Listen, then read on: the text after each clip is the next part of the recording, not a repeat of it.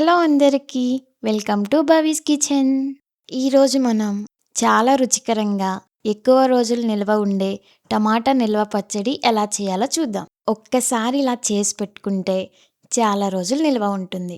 వేడి వేడి అన్నంలో ఈ పచ్చడి కలుపుకొని తింటే మళ్ళీ మళ్ళీ తినాలనిపిస్తుంది. ఇంకా ఆలస్యం చేయకుండా రెసిపీని స్టార్ట్ చేసుకుందాం. కావలసిన పదార్థాలు: టమాటాలు, ఇంట్లో ఇద్దరు లేదా ముగ్గురు ఉంటే మీడియం సైజ్ టమాటాలు ఒక 6 సరిపోతాయి. అలాగే చిన్న నిమ్మకాయ సైజ్ అంత చింతపండు, 4 ఎండుమిర్చి, 2 కరివేపాకు రెబ్బలు,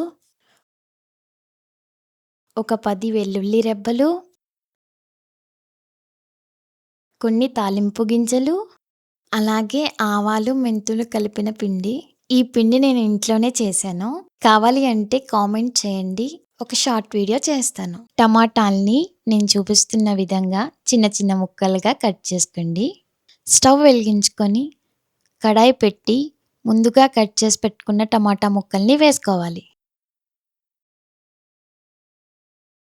వేసుకున్న తర్వాత ఒకసారి కలిపి చింతపండును వేసి 2 స్పూన్ల ఆయిల్ని పోసుకోవాలి.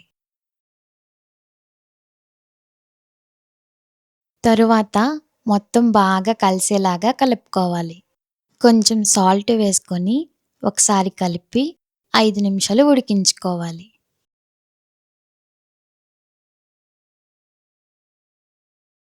తరువాత కొంచెం పసుపు వేసుకొని ఒకసారి కలిపి మూత పెట్టి 10 నిమిషాలు ఉడికించుకోవాలి.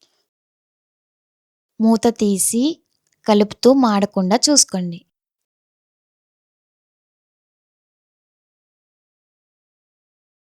తగినంత కారం వేసుకొని ముక్కలకి బాగా పట్టేలాగా కలుపుకోండి.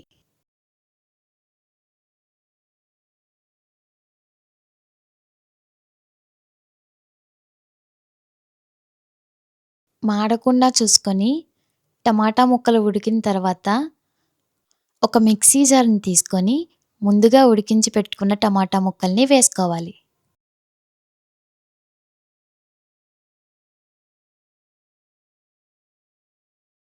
పది నిమిషాలు చల్లారిన తర్వాత వాటిని మిక్సీ పట్టి అదే బౌల్‌లో వేసుకుంటున్నాను. స్టవ్ పై పెట్టి ఒక స్పూన్ ఆయిల్‌ని పోసుకొని బాగా ఉడికించుకుంటున్నాను. ఇప్పుడు తగినంత కారం వేసుకుందాం. నేనిక్కడ కాశ్మీర్ కారాన్ని వాడాను. మీరు నార్మల్ కారాన్నే వాడుకోవచ్చు. వీడియోలో నేను చూపిస్తున్న విధంగా ఇలా వేయించుకోండి. చూసారా?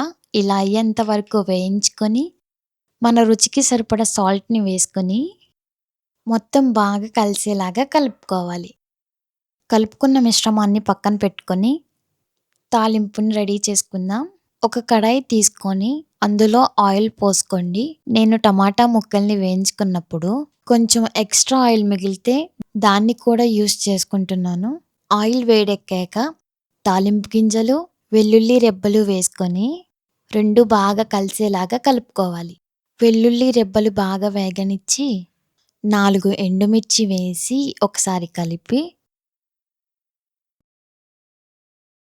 కరివేపాకుని వేసుకొని తాలింపు వేగిన తర్వాత ముందుగా కలిపి పెట్టిన మిశ్రమాన్ని వేసుకోవాలి.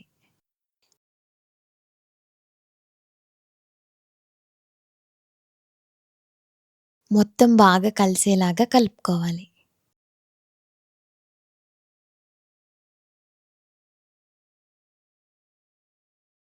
చివర్లో కొంచెం ఆవాలు, మెంతులు కలిపిన పిండిని వేసుకోండి. అంతేనండి, ఎంతో రుచికరమైన టమాటా నిల్వ పచ్చడి రెడీ.